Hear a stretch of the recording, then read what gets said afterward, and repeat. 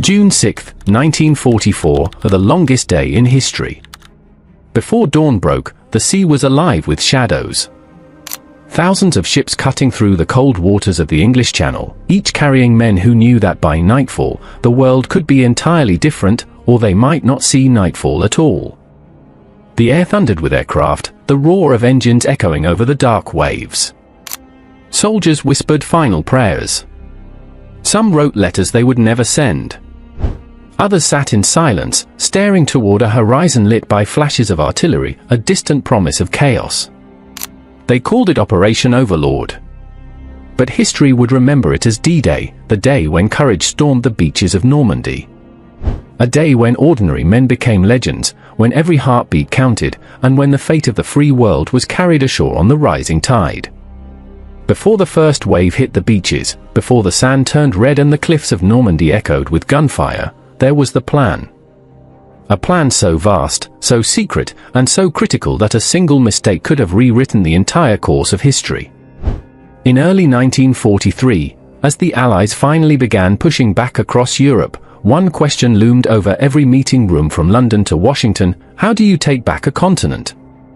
The answer was D-Day, but turning that idea into reality demanded the most complex military operation mankind had ever attempted. The Allied High Command, led by General Dwight D. Eisenhower, faced an impossible puzzle.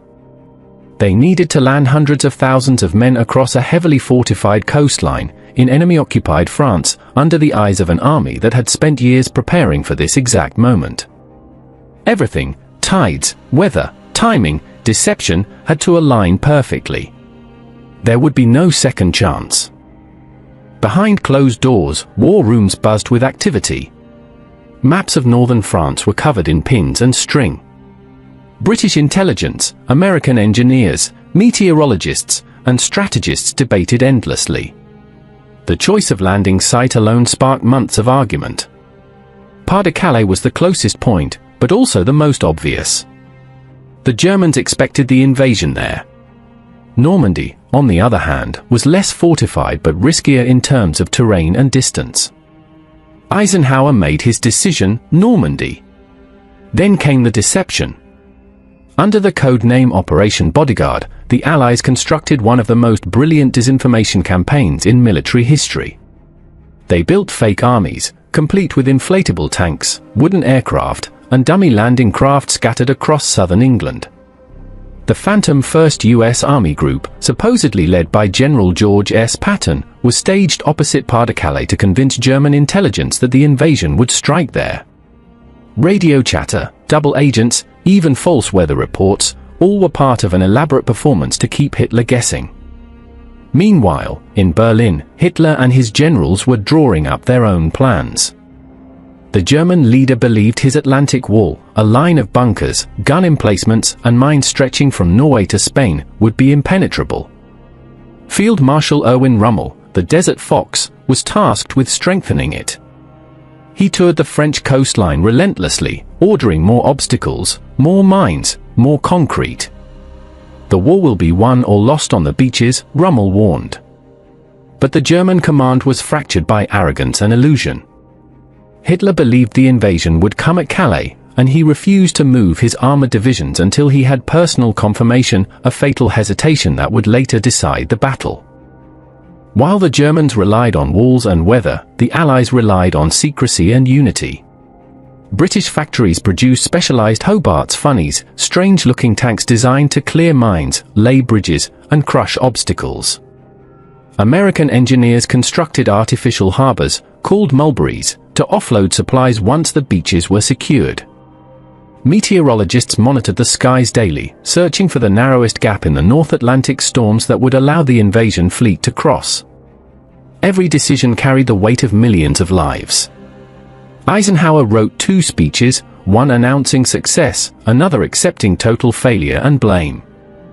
Both sat in his pocket on the eve of June 6. The invasion was set for June 5, but violent weather forced a delay. Waves crashed, winds howled, and ships rocked in the storm. Then, a brief break in the clouds appeared, just long enough to take the chance. As dawn approached, the greatest armada in human history began to move. over 5,000 ships, 11,000 aircraft, and nearly 160,000 men prepared to challenge the fortress of Europe. Years of planning, deception, and sacrifice had led to this moment. The dice had been cast, and the fate of the world was now sailing toward the beaches of Normandy. At dawn on June 6, 1944, the mist over the English Channel lifted to reveal a nightmare. As the landing craft approached Omaha Beach, the men inside could see the cliffs rising like walls of death ahead of them. The sound of waves was drowned by the thunder of artillery. German guns, hidden in concrete bunkers, unleashed hell the moment the first ramps dropped. Bullets tore through the surf, ripping into men before they even reached the sand. The sea turned red. Engines burned. Bodies floated alongside shattered equipment. Entire units were wiped out within minutes. Some soldiers never even fired their rifles. They drowned under the weight of their gear, dragged down by the tide that refused mercy. For many, the plan fell apart the instant it began. The naval bombardment had failed to destroy most of the German defenses, and paratroopers meant to secure the flanks had landed miles off target. The tanks that were supposed to support the infantry sank before reaching the shore. On Omaha, the Americans were alone, exposed, disoriented, and pinned down. Communication was chaos. Radios failed, officers were killed, and orders vanished in the noise. Small groups of survivors clung to the shingle at the water's edge, using dead bodies as cover.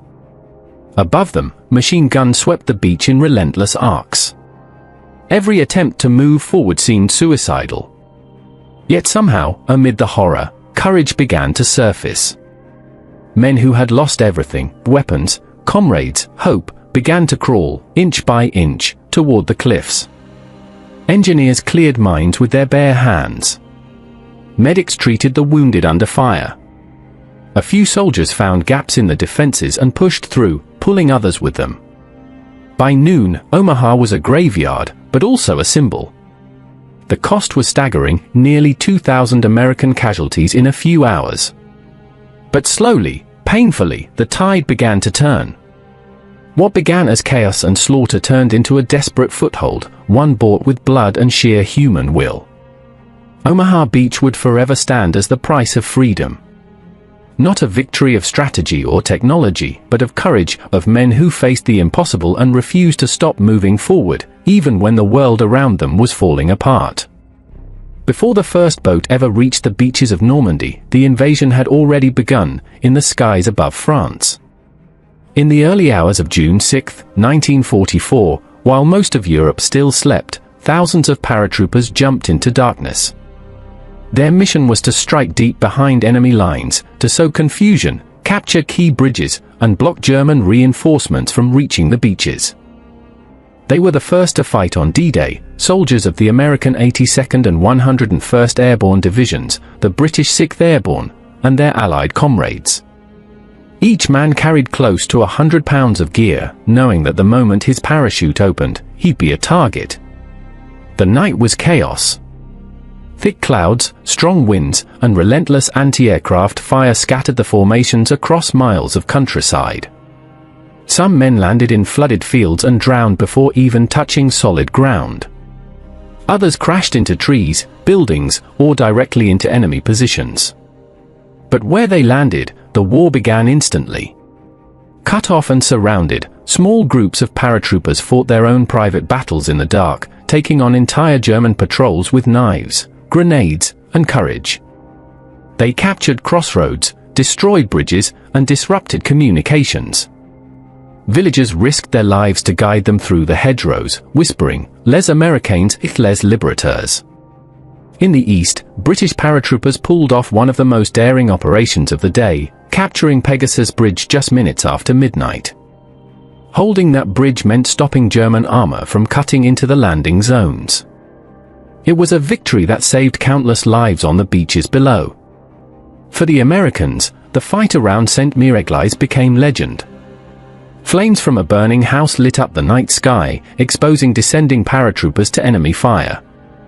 Many were killed before they hit the ground, yet the survivors pressed on, securing one of the first liberated towns in occupied France. By dawn, the countryside was alive with gunfire and confusion. Germans thought entire armies had landed behind them. The paratroopers had done what they came for: chaos. Their mission was not to win the battle alone, but to make victory possible. They were scattered, isolated, and outnumbered, yet they held their ground until the beaches linked up with them. Their courage in the night gave the invasion its first breath of hope. They were the ghosts of D-Day, falling from the sky to light the path of liberation. When the first reports of the invasion reached German headquarters in the early morning of June 6, disbelief spread faster than the truth. To many commanders, the alarm sounded like yet another drill. For months, false warnings and feints had kept the German high command on edge, and the Allies' deception campaign, Operation Fortitude, had done its job perfectly. German intelligence was convinced that the real invasion would strike at Pas-de-Calais, not Normandy. So when paratroopers began landing and ships appeared off the coast, many officers assumed it was merely a diversion. At 4 a.m., desperate messages poured in from coastal outposts, thousands of ships sighted, landings underway. But inside the chain of command, no one could act decisively. Field Marshal Erwin Rommel, the man responsible for defending the coast, wasn't even there. He had returned to Germany to visit his wife for her birthday. His absence left subordinates arguing over authority. To make matters worse, Hitler himself, the only man allowed to release the armored divisions, was asleep at his headquarters in Bavaria. His staff refused to wake him. Hours passed while the most powerful army in Europe waited for permission to move. By the time Hitler was finally informed, the Allies had already established beachheads. The confusion deepened as the Germans struggled to understand the scale of the assault. Reports from Normandy were chaotic. Some claimed a small raid, others a full invasion. Airborne landings behind their lines convinced many that multiple attacks were happening across France. Communication lines were broken by sabotage, and Allied aircraft dominated the skies, cutting off reinforcements and destroying convoys. When the panzer divisions were finally ordered to move, they faced more delays. Bridges had been blown, roads were jammed, and Allied air superiority turned every daylight movement into a death sentence. What should have been a swift counterattack dissolved into paralysis. By afternoon, Rommel rushed back to the front, but the damage was done. The Allies were ashore, and the window to drive them back had closed. The German war machine, once feared for its precision, now stumbled under its own bureaucracy and Hitler's obsession with control.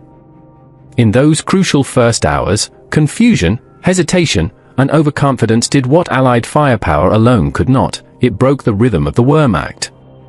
Normandy wasn't just won on the beaches, it was won in the corridors of German command, where indecision cost an empire its future. By the evening of June 6, the beaches of Normandy were no longer battlefields, they were the foundations of liberation. The cost had been staggering: thousands dead, wounded, or missing. But against all odds, the Allies had done the impossible. They had landed on continental Europe and held their ground. At dawn, chaos ruled the coast. By dusk, it had turned into coordination. Across the 5 beaches, Utah, Omaha, Gold, Juno, and Sword, scattered units had begun to link up, turning isolated victories into a connected front. Engineers cleared mines and obstacles, medics tended to the wounded, and supply officers worked tirelessly to bring ammunition and food ashore through wreckage and fire. Every inch gained was soaked in blood, yet the line was holding and growing stronger. At Utah Beach, the Americans pushed inland faster than expected, meeting lighter resistance and securing key causeways from the flooded fields. At Omaha, the most brutal landing site, small groups of survivors had clawed their way up the cliffs and silenced German bunkers one by one. By nightfall, the beach that had seemed lost in the morning now bristled with Allied flags and fortifications. Further east, British and Canadian forces advanced from Gold, Juno, and Sword, capturing villages, crossroads, and strong points. Tanks rolled off landing craft under heavy fire, their treads grinding over the wreckage of the morning. Airborne troops, who had fought all day behind enemy lines, finally linked up with advancing infantry. The once fractured invasion force was now a unified army, battered, but unbroken. Behind them, the English Channel remained a lifeline. Endless columns of landing craft continued to pour men, vehicles, and supplies onto the sand. The scale was unimaginable. By midnight, more than 150,000 troops had landed, along with thousands of tons of equipment. The greatest amphibious invasion in history had taken root. For the Germans, the realization came too late. Their counterattacks were scattered and disorganized. Without air support and with reinforcements trapped behind bombed bridges, their response faltered. The Atlantic Wall that Hitler had promised would never be breached was crumbling under sheer human determination. As darkness fell over Normandy, exhausted soldiers dug in, expecting another counterattack that never came. Fires burned along the shore, the sky still heavy with smoke and the smell of cordite. But beneath the chaos, a quiet truth settled in: the Allies were back in Europe. From those blood-soaked sands, a new front had been born, one that would march across France, crush the Nazi Empire, and restore freedom to a continent that had waited too long. D-Day was not the end of the war, but it was the beginning of its end. When the guns finally fell silent over Normandy, the beaches were no longer just stretches of sand, they were sacred ground. Beneath the waves and in the dunes lay the price of freedom, paid in full by men who would never return home. The sea that had carried them to war now carried their names, whispered forever by the tide. June 6, 1944, D-Day, was more than a victory. It was a turning point in human history. The courage of those who stormed the beaches, jumped from the skies, and fought through the hedgerows carved the path that would lead to the downfall of tyranny. They faced not just bullets and bombs, but the very weight of destiny. Many were no older than 20, yet in a single day they changed the course of the 20th century. On that day, ordinary men did extraordinary things. Farmers, teachers, factory workers, men who had once led simple lives, became the instruments of liberation. They charged through gunfire, waded through blooded surf, and held the line when everything around them fell apart. Their bravery wasn't loud or glamorous. It was quiet, stubborn, relentless, the kind that keeps moving forward even when the world seems to end. For every soldier who lived to see the sunset, another fell before noon. Some never made it off the boats. Others died with the name of a loved one on their lips. And yet, even in death, they achieved something timeless. They proved that courage is not the absence of fear, but the triumph over it. In the years that followed, the beaches of Normandy would grow peaceful again. Grass would cover the craters, the tides would wash away the stains of war, and new generations would walk those shores freely, often unaware of the sacrifice that had made it possible. But beneath the calm lies the memory of chaos, of valor, of the countless who gave everything so that others might live in peace. Today, crosses and stars of David stand row upon row across the cliffs, silent sentinels overlooking the same sea that once roared with fire. Each one marks a story unfinished, a life given for something greater than self. Together, they remind us that freedom is never free, it is earned, defended, and renewed with every generation that remembers. The legacy of D-Day is not just a chapter in history books, it is a living testament to the strength of the human spirit. It speaks of unity in the face of fear, of sacrifice in the face of impossible odds, and of hope rising from the darkest hours. When we look back on that longest day, we are not just remembering war, we are remembering courage. We are remembering those who stood up when the world needed them most. And as long as the waves break upon the Normandy shore, their echo will remain. A whisper through time that says, they came, they fought, they gave everything, so that we could be free.